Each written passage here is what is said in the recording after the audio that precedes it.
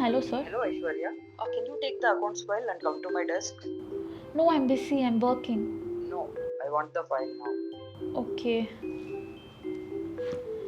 ఈయనకి bring and టేక్కి difference కూడా తెలియట్లేదు. Amaze assistant. మీరు కూడా బ్రింగ్ అండ్ టేక్ ఎప్పుడు యూజ్ చేయాలి అని కన్ఫ్యూజ్ అవుతున్నారా?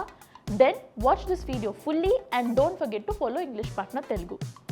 బ్రింగ్ అనే వర్డ్ని ఎప్పుడు యూజ్ చేయాలి అంటే ఒక ఆబ్జెక్ట్ స్పీకర్ వైపు అంటే మాట్లాడే పర్సన్ వైపు వచ్చేటప్పుడు బ్రింగ్ యూజ్ చేయాలి. For example, bring your books to me.